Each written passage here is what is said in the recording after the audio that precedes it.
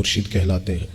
بھلائی کے پیغام کو عام کرنے والے کو لوگ مصلح سمجھتے ہیں، اس کو اپنا بڑا جانتے ہیں اور کوشش کرتے ہیں کہ ان سے سیکھی ہوئی باتوں کو اپنی زندگی میں نافذ کریں۔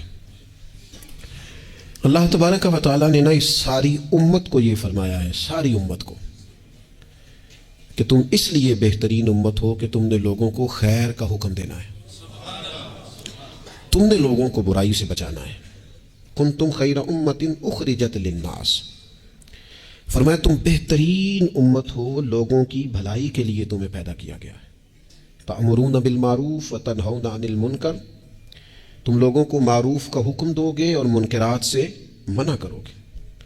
اس امت نے، پوری امت نے پیشوائی کرنی ہے پوری دنیا میں، جہاں بھی کفر ہے، شرک ہے، جہاں بھی اسلام سے دور لوگ عقائد لے کے بستے ہیں، ان سب لوگوں تک پیغام حق پہنچانا ہے، ان کی ذہن سازی کرنا، ان کو یہ بتانا کہ سچا اور کھرا دین دین اسلام ہے، ان کو یہ بتلانا کہ ہماری بھلائی، ہماری نجات اللہ کو ماننے میں ہے اور رسول کریم علیہ السلام کے دروازے کی گدائی میں ہے۔ یہ اس پوری امت کے ذمے اللہ نے لگایا۔ ہمارے ہاں لوگ یہ سمجھتے ہیں کہ مجھے نسبت حاصل ہو گئی ہے، اب میرا اعزاز بن گیا ہے، لیکن جو چیز وجہ نسبت ہے اس کو میں اختیار کروں چاہے نہ کروں۔ استاد بڑا باعث افتخار ہے، پر اس کی وجہ عزت یہ ہے کہ وہ پڑھاتا ہے، اور اگر وہ پڑھائی نہ، وہ کہے جی میں استاد ہوں میری عزت کرو، بھئی آپ کا جو منصب ہے وہ بھی تو پورا کریں آپ۔ ایک شخص ہے جس کی وجہ عزت یہ ہے، وجہ فضیلت یہ ہے کہ وہ کسی کو کوئی ہنر سکھاتا ہے، کوئی کام سکھاتا ہے، وہ کہے کہ میری عزت تو کرو، پر جو وجہ ہے عزت کی وہ میں پوری نہیں کروں گا، تو لوگ کہیں گے بھی جو وجہ اعزاز ہے وہ تو آپ نے پورا کیا ہی نہیں۔ اس امت مسلمہ کی جو وجہ فضیلت ہے وہ سب سے پہلی تو یہ ہے کہ یہ رسول پاک کی امت ہے، یہ سب سے پہلا اعزاز ہے، اور دوسری اس کی جو فضیلت اللہ کے قرآن نے بیان کی وہ یہ کی کہ تأمرون بالمعروف، یہ لوگوں کو بھلائی کا حکم دینے والے لوگ ہیں، وتنہون عن المنکر، اور یہ لوگوں کو منکرات سے، بری چیزوں سے، بری باتوں سے روکنے والے ہیں۔ اس امت نے غلبے کا کام کرنا تھا، دنیا پہ دین کے جھنڈے کو بلندی دینی تھی۔ ہمارے ہاں جو ہمارا دین ہے نا، اسے ہم نے بطور مذہب کے لیا ہے، بطور دین کے نہیں۔ ہم دین اسلام کو مذہب کے طور پر لیتے ہیں، نماز پڑھنا، روزہ رکھنا، شادی کا موقع آ گیا تو چلو باقی سارے کام اپنی مرضی کے، اور نکاح ضرور کرنا ہے، جاب و قبول کرانا ہے دینی طریقے پر، اچھی بات ہے۔ ہم اس کو بطور مذہب کے لیتے ہیں، بطور دین کے نہیں۔ یعنی ہم کہتے ہیں کہ ہم مسجد کے اندر تو اسے قبول کریں گے، لیکن جب دینی طور پر قبول کریں گے نا، پھر ہم مطالبہ کریں گے کہ کچہری میں بھی رسول اللہ کا دین ہونا چاہیے۔ پھر ہم نفاذ کی بات کریں گے، پھر ہم اس کے غلبے، هو الذی ارسل رسولہ بالہدی والدین الحق، یہ دین ہے، وَدِينِ الْحَقِّ لِيُظْهِرَهُ عَلَى الدِّينِ كُلِّهِ۔ اللہ فرماتے ہیں یہ رسول ہم نے اس لیے بھیجے ہیں دین حق دے کے، تاکہ اس دین کو سارے دینوں پر غالب کر دیں، اس کا غلبہ ہو۔ ہمارا کفر کے ساتھ یہ طریقہ ہمیشہ یہ رہا، غیروں کے ساتھ، کہ بھئی دین ہمارا چلے گا، تم ہمیں جزیہ دو، اپنے مذہب کے مطابق تم کرو پوجا پاٹ، معاذ اللہ جو تم نے کرنی ہے، اگرچہ وہ درست نہیں ہے۔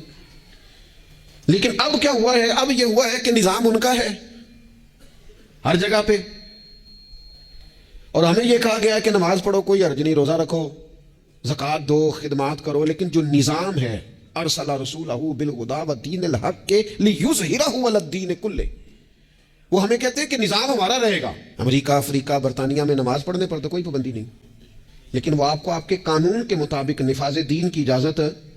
اور یہاں بھی یہ حال ہے، ہمارا سیاستدان کیا کہتے ہیں مولوی نماز پڑھے، کون منع کرتا ہے، بڑی مسجد بنائے، لیکن سیاست کی بات نہ کرے، وہ غلبے کی بات نہ کرے، وہ اسمبلی میں دین کی بات نہ کرے۔ یہ وہ بنیادی فرق ہے جسے سمجھنے کی ضرورت ہے کہ جب تک نفاذ دین نہیں ہوتا اتنی دیر تک یہ تفریق ختم نہیں کی جا سکتی کہ یہ امیر ہے اور یہ غریب ہے۔ اتنی دیر تک، یعنی آپ تک نماز تو آئے گی اگر آپ بطور مذہب دین کو لیں گے، لیکن انصاف نہیں آئے گا۔ انصاف گھر میں تب آئے گا جب دین نافذ ہوگا۔ غریب کو اس کی داد رسی اس وقت ہوگی جب کچہری میں اور جب پارلیمنٹ میں دین آئے گا۔ یہ ضروریات زندگی کی تب پوری ہوں گی، ورنہ ٹھیک ہے غریب کی مدد ہو رہی ہے، مسکین سے تعاون ہو رہا ہے اپنے لب و لہج، تو دین کے لیے جدوجہد کرنا، دین کے نفاذ کی کوشش کرنا، سب سے پہلا مسئلہ تو یہ ہے دین کیسے نافذ ہو. سب سے پہلا مسئلہ تو یہ ہے کہ ہمارے اندر وہ خاص شعور ہی نہیں کہ مذہب کو نافذ ہونا چاہیے. کیونکہ اپنی اپنی دکانداری، اپنا اپنا نظام، اپنا اپنا حساب، اپنے اپنے طریقے سے سب لوگ لے کے چل رہے ہیں. وہ ایک نظام کے جھنڈے کے تلے آنے کو تیار ہے. سب سے پہلی بات تو یہ ہے کہ ہمارے اندر دینی شعور پیدا ہو. ہم پسند کریں اس بات کو کہ اگر نبی پاک نے سادہ کھانا پسند کیا تو ہمیں بھی سادہ پسند ہے. ہم پسند کریں اس بات کو کہ اگر حضور نے فرمایا ہے کہ سادی بارات جائے گی، تھوڑے سے لوگ ہوں گے، نکاح آسان ہوگا، وہ برکت والا ہوگا، تو ہمارا یعنی وہ جو ہمارے اندر چیز پنپتی ہے نا کہ میں مطلب چاہ کرنا ہے میرے منڈے دا بیاہ ہے، وہ پنپے نہ، وہ خواہش نہ پیدا ہو. سب سے پہلی بات تو یہ ہے ہم کہیں یار میں اسی طرح بیٹی کا بیاہ کروں گا جس طرح مدینے والے نے سیدہ فاطمہ کا کیا ہے. ہم اسی طرح نکاح کو رواج دیں گے جس نکاح کا رواج نبی پاک نے مولا علی شیر خدا کے لیے پسند فرمایا ہے. یہ جب پہلی بات تو یہاں اپنے آپ کو کھڑا کرنا بڑا ضروری ہے. یہاں نہیں کھڑا کر پاتے. اگر پیسے ہاتھ نہیں آئے تو چلو ٹھیک ہے ہم سادے ہو گئے، اگر آ گئے تو یاد رکھو فقیری میں فقیری کرنا کوئی کمال نہیں، کرنی پڑتی ہے، مجبوری ہوتی ہے. فقیری میں فقیری کوئی کمال نہیں. کمال تو یہ ہے کہ تو بادشاہی میں فقیری کرے. تیرے پاس لاکھوں پڑے ہوں پر تیرا مزاج فقیرانہ ہو، کروڑوں اربوں تو خرچ کرنے کی طاقت رکھتا ہو لیکن تو کہے نہیں میں مزاج فقیر. سلام اس پر کہ جس نے بادشاہی میں فقیری کی، سلام اس پر کہ جس نے بے کسوں کی دستگیری کی، سلام اس پر کہ جس نے بادشاہی میں فقیری کی. نبی پاک علیہ السلام نے بادشاہی میں فقیری کی، حضرت ابو بکر نے بادشاہی میں فقیری کی، حضرت سیدنا عمر فاروق نے بادشاہی میں فقیری کی، کروڑوں خرچ کرنے والے عثمان غنی. لیکن سیدنا عثمان غنی کی شان یہ ہے کہ جب خطبہ دینے کے لیے منبر پہ بیٹھتے ہیں تو کرتے پہ بھی پیوند ہیں اور ان کی تہمت پر بھی پیوند ہیں اور ان کی پگڑی بھی پرانی ہے. تو لوگوں نے کہا یہ کیا ہے؟ تو کہا یہ وہی ہے جو ہمیں مدینے والے رسول نے سکھایا ہے. وہ خرچ کرنا ہے دوسروں پر، وہ سارے کا سارا اپنے اوپر اعلیٰ آسائشیں حاصل کرنا، پتہ نہیں کہاں سے کہاں نکل جانا. حضرت مولا علی شیر خدا امیر المومنین ہیں لیکن کوفے کی جامع مسجد کے باہر کھڑے ہو کے کہتے ہو میری زرہ خرید لو، تامت زیادہ پرانی ہو گئی، اب تو پیوند کی جگہ بھی نہیں رہی، اگر پیسے ہوتے تو میں زرہ نہ بیچتا. یہ بادشاہی میں فقیری ہے. یہ کون ہے؟ یہ علی کون ہے؟ یہ حسنین کون ہے؟ یہ دنیا کے باغ کے مالک نہیں، یہ تو جنت کے مالک لوگ ہیں. لیکن بادشاہی میں فقیری ہے. ایک تو یہ ماحول بنائیں کہ دین کو بطور دین قبول کریں، جس کو تجارت نہ بنائیں کہ میں نفل پڑھوں گا تو میرا کام صحیح چلے گا تو میں فلانا کام کروں گا. عبادت کو عبادت رہنے دے. اگرچہ تسبیحات گننا جائز ہے لیکن ہر وقت اپنی نیکیاں گنتے ہی رہنا اور کانوں میں بتا دینا کہ آج میں 4,500 پڑھے ہیں، یہ بھی ٹھیک ہے. زاہدوں نے یہ جب کام کیا، اب بس ہے نا کہ تسبیح کے دانوں سے جو کام لیا، چاہیے تھا نا کہ بے شمار پکارتے تجھ کو. اور یہ بھی کوئی بات ہے گن گن کے تیرا نام لیا، گن گن کے تیرا نام لیا. وہ جو دیتا ہے وہ بھی کبھی گنا ہے لیکن اس کا نام بھی لینا تو پہلے گن لینا. یہ کیا بات ہوئی؟ میں نے کہا گننا جائز ہے لیکن اس گننے میں اپنے آپ کی بڑھوتری بیان کرنا کہ میں بڑی شے ہوں، میں نے اتنا پڑھا ہے، یہ درست نہیں ہے. تو میرے عزیز ایک تو دین کو نافذ کریں اپنی طبیعت. جی دین جو کہتا ہے نا، خواجہ صاحب نے خط لکھے ہیں کچھ 8 خط میں نے خواجہ صاحب کے پڑھے ہیں جو خواجہ قطب الدین بختیار کاکی کے نام ہے. ان خطوں میں نا ایک خط خواجہ صاحب نے اس طرح لکھا ہے اپنے مرید کو، کہتے ہیں خواجہ قطب الدین صاحب کو، کہتے ہیں پتر درویش کی مرضی کوئی نہیں ہوتی. درویش کی مرضی ساڑی تے ہے وے نا، جو کہ اسی درویش نہیں نا، ساڑی تے ہے نا. سویرے ناشتہ مرضی دا، دوپہر کو کھانا مرضی کا، آنا تو مرضی کا، جانا تو، پہننا تو مرضی کا. اور میرے صاحب کے پاس ایک شخص نے آ کے کہا حضور جو میں چاہتا ہوں وہ ہوتا نہیں. تو حضرت صاحب فرمانے لگے یہ تو خدائی دعویٰ ہے، جو چاہے ہو جائے یہ تو اللہ کی شان ہے. اتنی بڑی بات تو نے کر دی کہ جو چاہتا ہوں ہوتا نہیں، یہ تو رب کی شان ہے کہ رب جو چاہتا ہے وہ، تو بندہ ہے، تو اتنی بڑی بات کیوں کر رہا ہے. خواجہ معین الدین چشتی رحمۃ اللہ علیہ خواجہ قطب صاحب کو خط لکھتے ہیں اور فرماتے ہیں پتر درویش کی مرضی نہیں ہوتی. حضور کیا مانا؟ تو فرمانے لگے درویش کی وہی مرضی ہوتی ہے جو اس کے رب کی مرضی ہوتی ہے. ہم جب خود مذہب پہ عمل کریں گے تو لوگوں کو اندازہ ہوگا کہ مذہب عمل کے قابل ہے، دین عمل کے، لیکن خود تو عمل کر ہی نہیں رہے. ہر موقع پر برادری سامنے، ہر موقع پر رسم و رواج سامنے، تو دوسروں پر دین کیسے نافذ ہوگا؟ تو کہیں سے شروع کریں. دوسری بات یہ ہے کہ اشاعت علم بڑا ضروری ہے. دین کی جو بنیادی اور ضروری تعلیمات ہیں، دیکھیں کسی شخص کو کی روزی روٹی ٹھیک کر دینا بھی بڑی بات ہے لیکن اس کو علمی طور پر مضبوط کر دینا، اس کو اللہ والا کر دینا، اس کا توکل مضبوط کر دینا، اس کے مزاج میں صبر پیدا کر دینا، حوصلہ پیدا کر دینا، خودداری پیدا کر دینا، عزت نفس اس کی طبیعت میں ڈال دینا. یہ اس کی جو خدمت ہے نا، یہ والی، یہ بہت بڑی خدمت ہے کہ آپ نے کسی بندے کو اخلاقی طور پر دینی، روحانی اور مذہبی مزاج دے دیا. رسول اللہ صلی اللہ تعالیٰ علیہ وسلم کے زمانے میں صحابوں کے پاس کروڑوں اربوں خربوں روپے نہیں آئے تھے. ان کے پاس کیا آیا تھا؟ خلق محمدی کا رنگ آیا تھا ان میں صلی اللہ تعالیٰ علیہ. اس کو سیکھنے، سمجھنے اور عمل کرنے کی عادت. لوگوں میں پیغام دین اور اشاعت علم، یہ بڑا ضروری کام ہے. اور انسان ساری زندگی سیکھے. ابھی بھی قرآن مجید اللہ کے فضل سے کئی دفعہ موقع ملا اس کو ترجمے تفسیر کے ساتھ، مختلف تفاسیر کے ساتھ سارا دیکھنے کا، لیکن ابھی بھی بعض اوقات پڑھتے ہیں تو کچھ آیتوں کا نیا معنی سمجھ میں آتا ہے. کئی دفعہ پڑھنے پر چیز نہیں کھلتی اور دوبارہ پڑھی تو کھل گئی ہے. حضور علیہ السلام نے فرمایا میرا قرآن کبھی پرانا نہیں ہوگا، جب بھی پڑھو گے تازہ ہی مزہ دے گا. ایک تو مزاج علمی بنائیں. دوسری بات یہ ہے کہ ڈیلیور کرنے کا مزاج ہو، دینے کا مزاج ہو. امت مسلمہ دیتی ہے، یہ کشکولے طلب دراز نہیں کرتی. دکھ سنانا ہر وقت یہ مزاج پیدا کرنا کہ بڑی غریبی، بڑی آزمائش، بڑی پریشانی ہے، اس سے تو بندہ کمزور ہو جاتا ہے. طبیعت اس طرح کی ہو کہ کوئی سیکھ لے، کوئی سمجھ لے، کوئی اس کے اندر چیز پیدا ہو جائے. اپنی خودی کو، خودداری کو بیدار رکھنا اور کسی کا نفع کرنے کی کوشش کرنا. حضرت عمر فاروق رضی اللہ تعالیٰ عنہ سفر کر رہے تھے، ایک بوڑھے کو بھیک مانگتے دیکھا، اسے پہچان لیا. فرمایا تو فلانا فلانا یہودی نہیں؟ یہودی. اس نے کہا میں وہی ہوں. فرمایا بھیک مانگ رہے ہو؟ کہنے لگا میں اسلامی حکومت کو جزیہ دیتا ہوں، لیکن اب بوڑھا ہو گیا، وہ کمائی نہیں کر سکتا، تو جزیہ تو دینا ہوتا ہے نا، تو میں کچھ خیرات کٹھی کرتا ہوں، تو کچھ اپنے اخراجات دیکھتا ہوں اور کچھ میں جزیہ دیتا ہوں. تو حضرت عمر اس کو پکڑ کے لائے وزیر خزانہ کے پاس. فرمایا جب تک یہ بندہ ٹھیک تھا ہمیں جزیہ دیتا تھا، اب جب تک یہ بیمار ہے اسلامی حکومت اسے ماننا، اس کے خرچہ دیا کرے گی. یہ امت تو دینے والی ہے، اس کو ماننا، خرچ ہم دیں گے. وہ شخص کہتا ہے ساری عمر جزیہ دیا تھا، قریب رہے تھے، وہ اثر نہیں ہوا. اور حضرت عمر کی یہ بات ایسی اثر کر گئی، میں نے کہا حضور یہودی بن کے ضرور میں نے خیرات لینی ہے، آپ میرا ہاتھ پکڑے نا، مجھے کلمہ پڑھائیں، ہم اس مسئلے کو ہی ختم کریں، یہ تفریق ہی ختم ہو. امت تو دیتی ہے، امت تو بانٹتی ہے، امت کے اندر تو جذبہ ہوتا ہے. ایک پیشہ برا ہے جوانوں، یاد رکھنا، ایک پیشہ برا ہے، اور وہ ہے کسی کے آگے ہاتھ پھیلانا. جو جھاڑو دے کے روزی کماتا ہے بڑی شان والا بندہ ہے. جو سویرے اٹھ کے ٹائم پہ منڈی جاتا ہے، پھل لاتا ہے، ریڑی لگاتا ہے، وہ بادشاہ ہے، بادشاہ. اس لیے کہ اس نے ہاتھ نہیں پھیلایا، اس نے رب کی رحمت کا دروازہ کھٹکھٹایا ہے.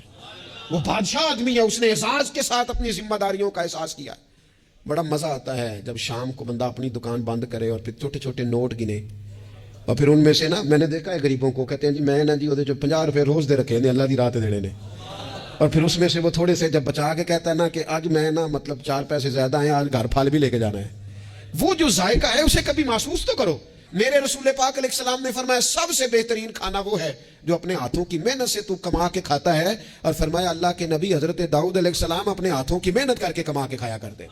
امت کی یہ ذمہ داری ہے کہ امت مشقت کا مزاج بنائے، طبیعت بنائے، مشقت کی ذہن بنائے. ہمارے ہاں تو اب جناب وہ جدوجہد کا شوق نہیں، طبیعت نہیں، پڑھنے لکھنے تک کو لوگ بس ٹھیک ہے، برکت سے سارا کچھ چل رہا ہے.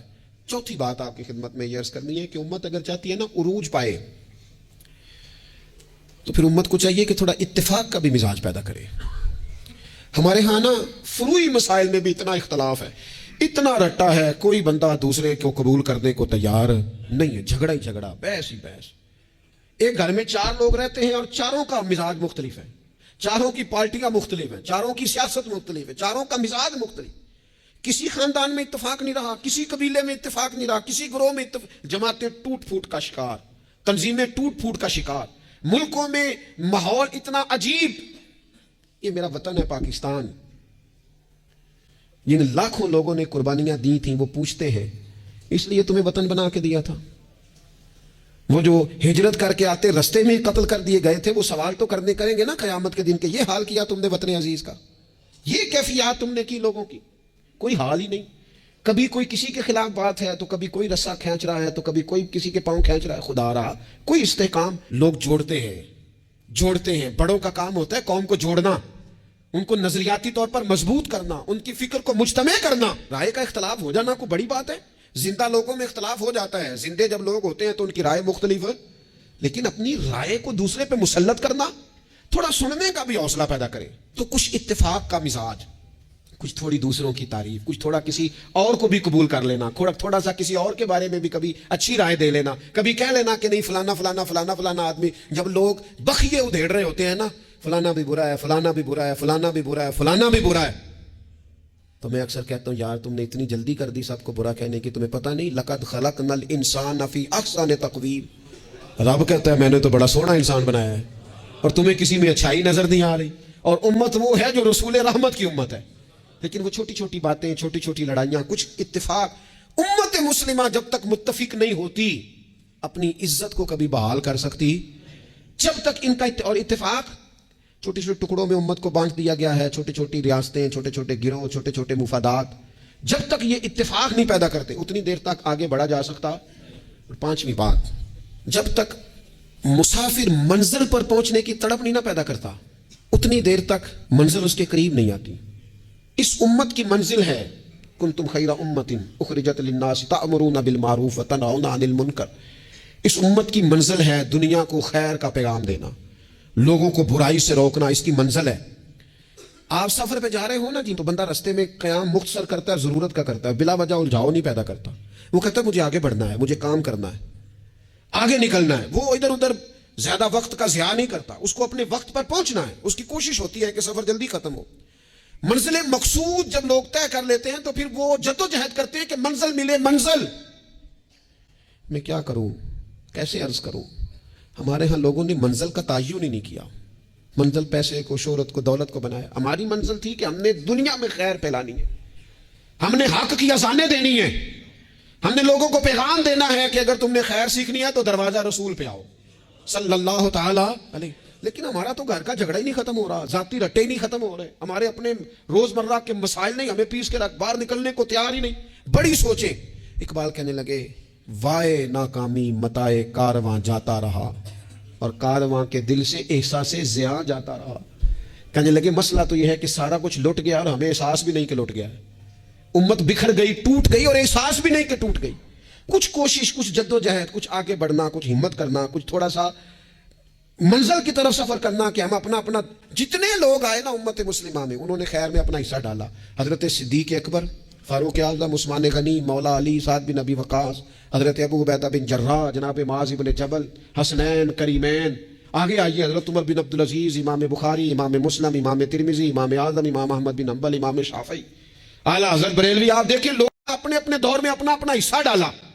وہ دین کا پیغام دور کے تقاضوں کے مطابق سناتے گئے. اگر وہ پیغام بغداد آیا تو غوث پاک نے ممبر سجا لیا, اگر وہ پیغام اجمیر آیا تو خواجہ معین الدین نے ممبر سجا لیا, اگر وہ پیغام پاک پتن آیا تو بابا فرید ممبر پہ بیٹھ گئے, دنیا کو اللہ اللہ سکھا دی. اگر وہ پیغام لاہور آیا تو سید حجویر مخدوم امم, گنج بخشے فیض عالم, مظہر نور خدا, نا کی سارا پیر کامل کامل آرا, رہنما وہ اذانیں دیتے رہے, اپنے اپنے حصے کی ڈیوٹی کرتے رہے. اب میری اور آپ کی باری آئی. سو کے وقت نہ گزار دینا, دیکھنا سوتے سوتے اسرائیل نہ آ جائیں, دیکھنا کھانے پینے کے سفر میں ہی زندگی تمام نہ ہو جائے, دیکھ لینا پروگرام بناتے بناتے ہی سانسیں ٹوٹ نہ جائیں. اقبال تڑپ کے کہنے لگے, حضور کی بارگاہ میں کہنے لگے میری زندگی کا مقصد تیرے دی کی سرفرازی, میں اسی لیے مسلمان, میں اسی لیے مسلمان, میں اسی لیے مسلمان, میں اسی لیے نمازی. یہ سارا کچھ جو کچھ ہے یہ بلندی دین کے لیے, سربلندی مذہب اسلام کے لیے. اپنے اندر جو کوئی کچھ کر سکتا ہے وہ جدوجہد پیدا کرے. سب سے پہلی بات تو یہ عرض کی ہے کہ اپنے اندر دین کا شعور بیدار کرے, علم دین کا مزاج بنائے, بادشاہی میں فقیری کی طبیعت پیدا کرے, امت کو جوڑنے کی بات کریں, کم از کم فروئی اختلافات کو تو چھوڑیں. اور پانچویں بات یہ ہے کہ جو کوئی کچھ کر سکتا ہے وہ کرے, آگے بڑھے. ایک بندے کو نمازی بنا سکتا ہے تو اسے بنائے, ایک کو قرآن مجید کی تعلیم کے قریب کر سکتا ہے تو کرے. لوگوں کو بتائے کہ یہ گناہ, یہ میل کچیل, یہ مومن کی شان ہی نہیں, مومن کا کردار, اس کی عظمت